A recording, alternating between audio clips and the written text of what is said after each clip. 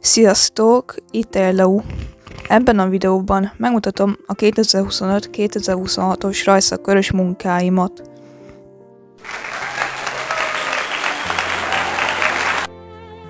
És bemutatnék nektek néhány művemet. Ő itt totemállatlau, középkori cserép edény, avagy váza,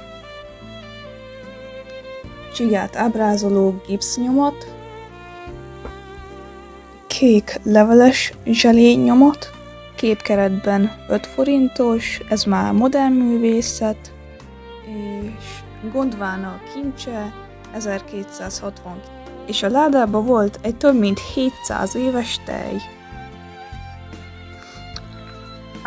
Finom. Igazán szép lakályos kunyhó agyagból, tetővel, esőmentes, szinte fénymentes is. Lehet, hogy tetszik a szemeknek is. Nézzétek! A csodálatos digitális cirkuszos ékszertartó egy edényke. Könnyű, vízoltható, papírmaséból készült. Ja, a csoda hármasunk. Nero a Dino, Trixie a Kitsune, a Shiba Inu, vagyis Lau 365. A szobrászati műsorunknak most vége, és kapcsoljuk a stúdiót, és jövünk a rajzos dolgokkal. Következik a papírosodásunk, itt a rajzpályázatos, illetve különböző szakkörös feladataimról, karakterrajzomról és nyomtatásos alkotásaimról lesz szó, pici elemzéssel. Ez tavalyi, de tetszett, ezért beleraktam. Nem tudok róla semmit sem mondani, rajzszakkörös rajzok szekció. Rajzpályázataim. Az első nagyobb projektem szeptemberben a barátaim és az én karakterem anime stílusban rotlingot használtam, piros festékkel kiegészítettem. Elnyertem vele az első helyet. Herendi pályázat, tervrajz, hajós csésze, saját egyedi ötleteimmel, amit hozzá agyagból is meg kellett csinálnom.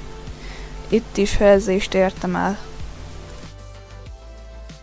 űrhajós pályázat. Megterveztem a saját űrhajóm, a Laurendia 1-et. Ez is az egyik kedvenc rajzom lett, a kis karaktereimmel a világűrben. Festett háttér és külön kivágott bolygók. Az űrhajóhoz vékony golyós tollot és festéket használtam. Nem mindig lehet nyerni, így volt ez a karácsonyi, illetve a Rákóczis pályázattal is.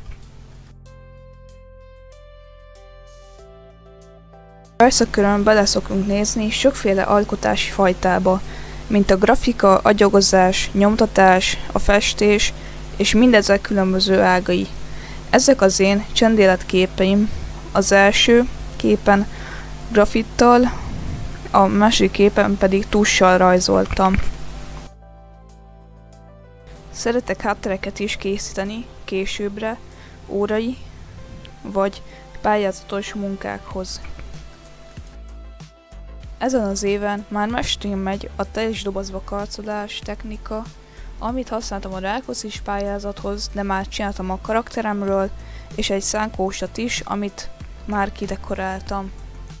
A nyomatok még mindig az egyik kedvenc technikám, a karácsonyi pályázathoz készült nyomatot láthatjátok a képen. Őszintén sokkal több munkámra emlékszem, de ennyi lenne. Lassan jövök a következő videó projektemmel, majd a közeljövőbe találkozunk. Sziasztok!